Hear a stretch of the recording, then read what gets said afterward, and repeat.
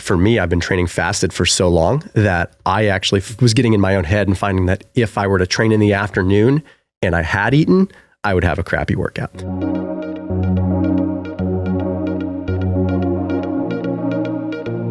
Oh my gosh, some of that keto chocolate, like it's so easy to overdo it because it's just like a fraction of it, you know, in terms of volume.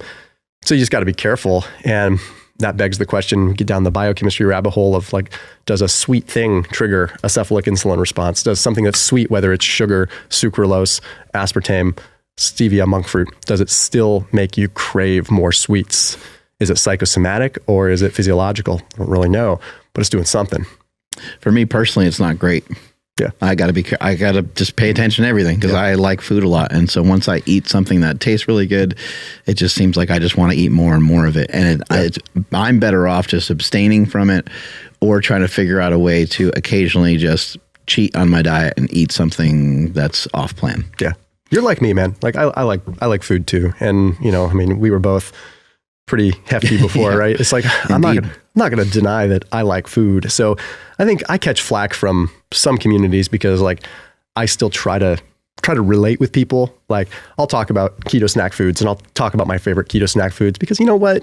Life is short. Mm-hmm. But you also, that's why I like fasting. It's like, I get to like kind of, people are going to say, oh, that sounds like a binge and purge type mentality, but no, it's like a mental reset for me. If I am going to enjoy something, then I do also feel like I can still maintain control by having some elements of fasting in my life. And it's okay to like food. I mean, it's a pleasure that we have, right? But before we go, because we're going to end up talking about a lot of different things, and I don't want us to talk about fasting, let's talk about something else and come back. So let's talk about some of the main benefits of fasting and why maybe some people should implement it, because there are people within different realms of like fitness, especially within the bodybuilding side, they seem to dislike it quite a bit. Yeah. And I've seen that it's been super beneficial for me over the years, and it's been super beneficial for people I know, not just because of the way you can control your hunger, but also, I mean, conceptually, if you can just get in all your protein and your calories during the day, I haven't seen it really affect your ability to build muscle over time. Yeah. You know what I mean? People have the argument of, oh, even protein feedings and all of that, but it doesn't seem to make that much of a difference. No, I think one of the biggest levers that you can pull in terms of bodybuilding, building muscle in general, is manipulating your insulin sensitivity. Like, I can't think of a better way to manipulate insulin sensitivity more than to take a break from eating. Like, it's the same reason we used to talk about constantly, oh, well, after a workout, you're insulin sensitive. So you have your anabolic window, right? It's been preached for years by the fitness community themselves, the bodybuilding community. So they can't like say that works in one situation, but not in another. That's completely BS. Like, come on. So like, and you're seeing much more of the bodybuilding community being accepting of intermittent fasting now. Like it's becoming much more talked about. I just had Stan Efferding on my channel, you know, and we were talking about that. And Stan Efferding, like, even said himself, he's like, the anabolic window is kind of BS. Like, you have a lot more time to eat than that 30-minute anabolic window. Yeah. So it's nice to hear from someone that's been on an Olympia stage that understands, right? That is respectful of intermittent fasting. Mm-hmm. And that's just one person, but I know that there are multiple others. And for me, I've had some of my best gains in terms of muscle after my weight loss, you know, so after I'd lost weight, and of course I lost a lot of muscle with that weight loss, but then, you know, I've built it back slowly, and now I've kind of lost it again because I'm doing a lot of running. But the point is, I mean, it's... How many miles are you doing per week again, just so people can understand this? Right now, about 25, but normally anywhere between 40 and 70, depending on what I'm training for. He said that. He said that. Yeah. Just 40 to 70. Okay, let's so it's I'm nothing like Nick Bear. I'm not fast, but you know, I can maintain my speed for at least 7-8 miles. After that, I'm just a slow 9-minute mile guy, just cruising along. So, and then people say, Thomas, you don't have huge legs. Well, yeah, because I'm kind of running a lot, but it's all good. And also just because maybe I'm just a big giant pansy. I don't know. But anyway, point is that, and I still manage to maintain muscle, even still doing so. But with intermittent fasting, you're allowing your body to become much more insulin sensitive. And when you do that, then of course, you have an opportunity when you do break your fast to capitalize on that. So one of the things that I really like doing is either having like a really early dinner, or sometimes just skipping dinner, which is hard to do with a family because it's kind of rude. But hey, like when you're a man and you sit there with your wife, the last thing you want to do at a restaurant is let your wife eat food and you not. That doesn't exactly make them feel good. Yeah. And you kind of feel like a jerk. But anyway, when I have that in my ability to do so, yeah, I'll just skip dinner, or I'll have dinner early, which is great because we have small kids. So all about having dinner early. We'll have it, be done by 5, right? And then that means if I go and I work out the next day at, 8 a.m. or something, I'm pretty deep in a fast, right? So people are like, well, you're going to break down muscle during your workout. No, it doesn't work like that. Nope. Like not at all, especially if you're producing ketones at that point. Even if you're not doing a ketogenic diet, you're eating carbs with fasting. After 18 hours of a fast, you're probably producing at least trace amounts of ketones, which are pretty muscle preserving. Now, that doesn't mean that everyone's not going to lose some muscle, but you're going to offset that muscle burn by when you finish your workout, then you break your fast. You're breaking your fast with a double advantage. 1, you're insulin sensitive from your workout. 2, you're insulin sensitive because you haven't been eating for 18 hours. So the quote unquote anabolic response, if you want to call it that, is going to be significantly higher. Hey, after this video, I want you to check out today's sponsor. It is a company called the Good Lovin Bar. If you are doing any kind of like paleo, keto, lower carb protocol, or you just be conscious of carbs, seriously, you have to check them out. They are a refrigerated bar, so they're not like a typical bar, okay? They are almost like a whole food because they have to be in the refrigerated section. So clearly there's no preservatives, there's no weird gunk. Okay, it is amazing. Like the mint chocolate chip flavor, epic. Okay, so we're talking about things that are using coconut butter, we're talking about almond butter, we're talking about monk fruit as a sweetener. We're just really cool, wholesome ingredients. And if you use that link that's down below in the description, because they sponsored this video, you can save 20% off of a variety pack. Just use that code ORGANIC. So again, that link is down below in the description for the Good Lovin Bar. So I gotta say, hands down, the best refrigerated bar I've ever had. It's in a different category from regular bars because refrigerated bars are just, in my opinion, like an upper echelon. They're a different kind.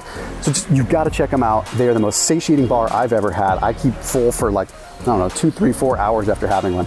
So that link is down below. Check them out. Yes, it matters how many calories you take in a day, but we all do know that there are, specific times where you can get more benefit, right? From insulin signaling and from muscle protein synthesis. After a workout is one of those times, at least a few hours after a workout, it's a little better. And so I feel like it's all about manipulating timing and really looking at that big equation versus, and how many calories are you getting in total, right? Just because you're fasting doesn't mean that you're only eating 1,200 calories.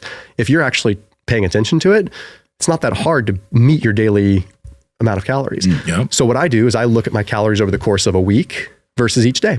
How many calories am I at the end of a week? So if if I'm supposed to consume 3,000 calories a day, then I want to be around 21,000 calories for maintenance at the end of the week. Some days, maybe it's 1,500. Some days, maybe it's 3,500.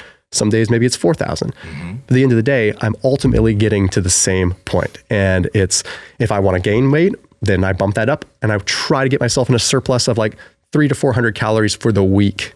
Okay, for the week, I don't go into these massive, crazy bulks. I try to get a small surplus. Same if I'm trying to cut a small deficit, because I have these like macro deficits that are happening over the course of the week. And then I have these micro deficits that are happening by spacing my meals apart certain ways, right? Does that make sense? Yeah. Yeah. So intermittent fasting is just, for me, and then let's just back up for a second and let's think about cortisol and stress and sustainability, right? Bodybuilding is not necessarily sustainable for a lot of people. We were talking about your competitive history, my competitive history. That's not realistic. Like I don't want to, once you have kids, I mean, I can't speak for everybody. I speak for myself. Once I had kids, I'm packing their lunches. Last thing I want to do is pack my little like lunchbox too. Like I just, I'd rather just, it's like, come on, man. Like, what am I, 3? This is dumb. So it's like, and yeah, you're going to title this, like, Thomas says bodybuilders are dumb. No, not at all. But my point is that I don't want to do that forever. And it just made a lot more sense for me to say like, hey, okay, well, some days I just take a break and I can actually do it for a longer period of time and keep it off. I'd like for people to start to think of things a little bit differently. So like breakfast, for example, whenever you eat, that's breakfast because you broke your fast, right? Yeah. Post-workout nutrition.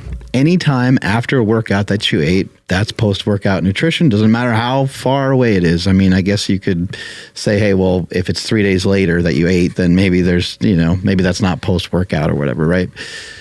Any food that you eat after a workout, you could have worked out at 8 a.m. and then you could eat at 8 p.m. It's still a post-workout. And we can argue about glucose and we can review a bunch of studies, but people don't study everything. And people don't study individuals that are usually pretty hardcore. You don't really see that. So like maybe I'm being arrogant about it, but I'm kind of thinking to myself, well, I'm doing the exact opposite of what that study shows. And for some reason, this feels great. Yeah. And for some reason, I'm starting to hear more people say that this is working. So when it comes to like breakfast, post-workout, pre-workout, same thing. Maybe you didn't eat at 7:30 because you're going to train at 8:30 a.m. Maybe the food that you ate was the night before. Yep. It's still pre-workout. Still pre-workout. Man. I mean, you understand the body really, really well.